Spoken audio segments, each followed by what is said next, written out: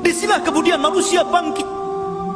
Adapun orang-orang yang kafir, maka mereka panik dan mengatakan, malaha, ada apa ini?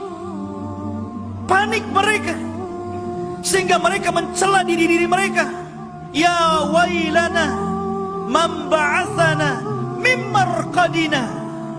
Duhai celaka, siapa yang membangkitkan kembali dari tidur kami ini?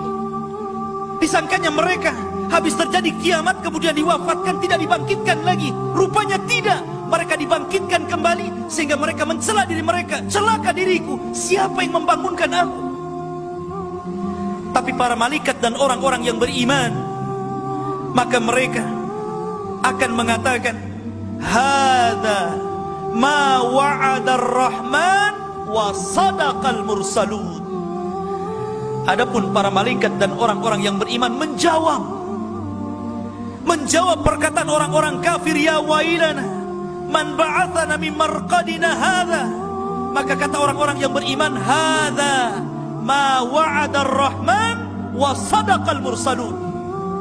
Inilah janji Allah kepada kalian dan apa yang telah diserukan kepada para utusan kepada kalian, tapi kalian ingkar. Inilah janji Allah bagi kalian. Jadi orang-orang yang beriman, mereka merasa senang, karena itulah yang dinanti-nanti oleh orang-orang yang beriman. Segera kembali kepada rumah yang hakikat, rumah yang abadi, rumah yang selama-lamanya, Jannatul Firdausi nuzulah, dan sorga-sorga yang lainnya yang penuh dengan kenikmatan di dalamnya. Ma'asyiral muslimin, adapun orang-orang yang mujrim, orang-orang yang berdosa, orang-orang yang ketika di dunia selalu melakukan maksiat kepada Allah, meninggalkan salat, meninggalkan puasa, tidak mau bayar zakat, berzina, minum khamar, berjudi, atau melakukan dosa yang lainnya, mujrimun. Maka Allah katakan dalam Al-Quran, ukhsyurul ladhina zalam, kumpulkan semua orang-orang yang zalim itu, wa azwajahum, dan orang yang semisal mereka. Artinya orang-orang Yahudi kumpulkan bersama Yahudi, orang-orang Nasrani kumpulkan bersama orang-orang Nasrani, orang-orang Buddha kumpulkan bersama orang-orang Buddha, para penyembah berhala kumpulkan dengan para penyembah berhala, para penyembah setan kumpulkan dengan para penyembah setan, ahli maksiat yang serupa kumpulkan mereka dengan yang serupa. Wa ma kanu ya'buduna min dunillah, kumpulkan mereka dengan apa yang mereka sembah dari selain Allah. Kalau mereka menyembah matahari, kumpulkan di sana dengan abadatus syamsi, dengan para penyembah matahari. Mereka para penyembah bulan, maka kumpulkan dengan abadatul qamar. Kalau mereka penyembah patung, kumpulkan dengan abadatul asnam. Maka Allah mengatakan, ahduhum ila siratil jahim, giring mereka ke lembah-lembah jahannam. Waqifuhum innahum mas'ulun, waqifuhum, hadapkan mereka kepada aku, karena mereka akan ditanya. Kita akan ditanya. Apa yang akan ditanya?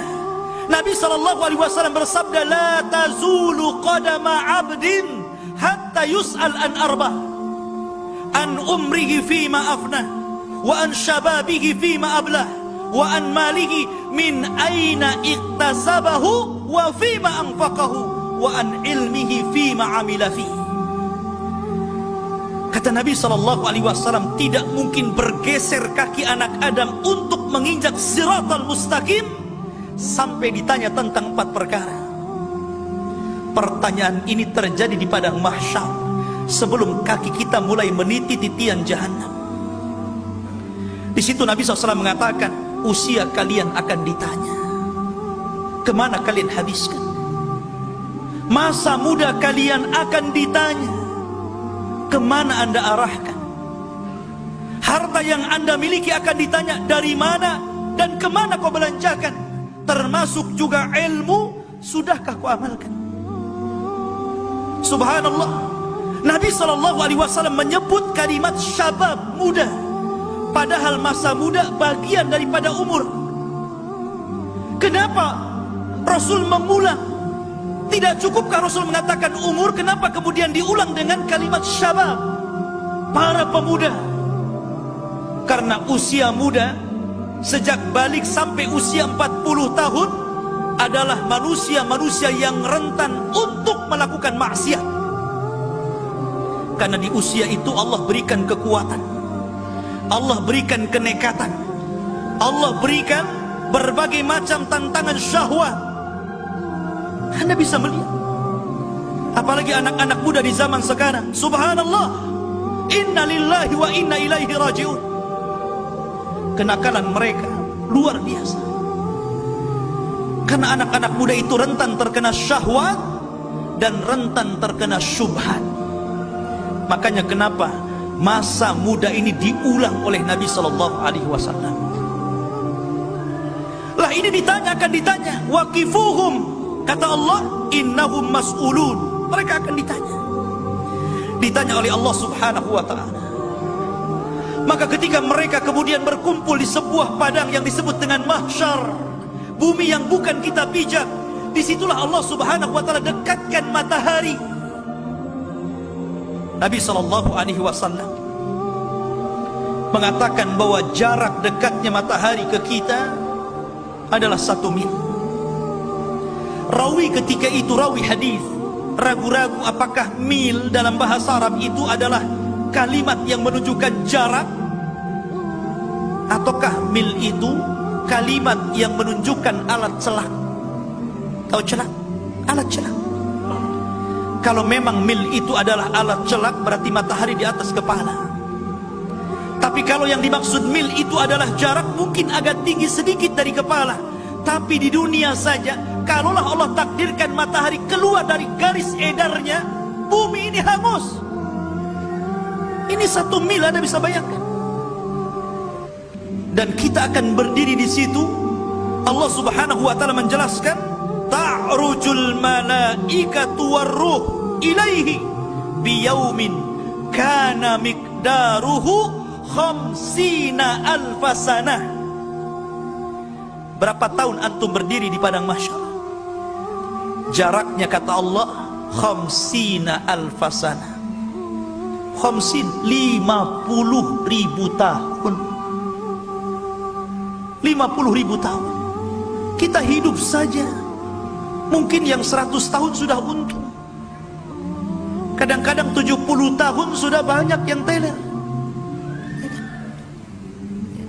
Artinya di sini bahwa rupanya perjalanan kehidupan orang rihlah, mulai daripada hari kiamat sampai masuk surga, itu perjalanan yang melelahkan, nikmat.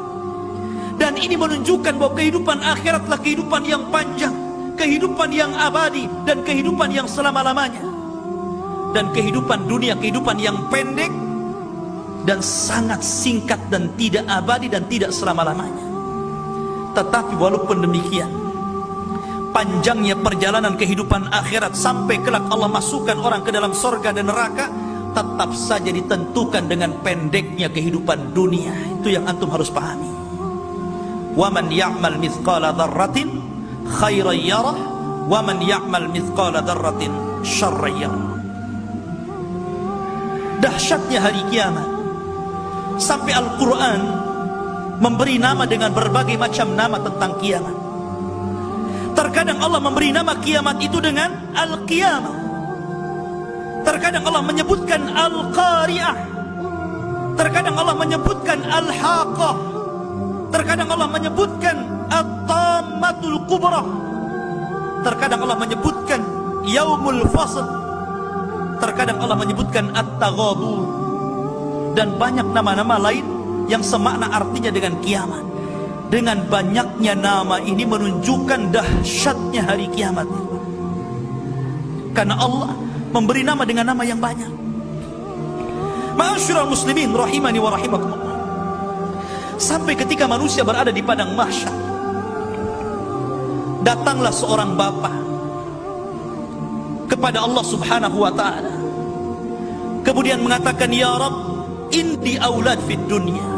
Wahai Rabb, aku semasa di dunia banyak anak. Kalau engkau mau, ambil seluruh anak-anakku, masukkan mereka ke dalam jahannam. tapi selamatkan aku. Subhanallah. Seorang bapak menjadikan tebusan anak-anaknya biar dia selamat dari jahannam. Tapi apa kata Al-Quran? Allah mengatakan, yawaddul mujrimun law yaftadi min adzabi yawma idin bibani wa sahibatihi wa akhi wa fasilatihi allati tuwi kalla innaha ladha, kata Allah. Ketika orang-orang yang berdosa itu berkehendak untuk menebus dengan anak-anaknya dari adab Allah Subhanahu wa ta'ala, atau menebuskan saudara-saudaranya biar mereka saja yang masuk jahanam, masukkan aku ke dalam sorga, atau ditebus dengan seluruh keluarganya, masukkan seluruh keluarga aku ke dalam neraka, gak apa-apa, tapi masukkan aku ke dalam sorga. Tapi Allah mengatakan, kalla, tidak, innaha ladha, tidak, kalian tidak bisa menebus. Kalian sudah dicap akan masuk neraka, tidak bisa ditebus. Subhanallah.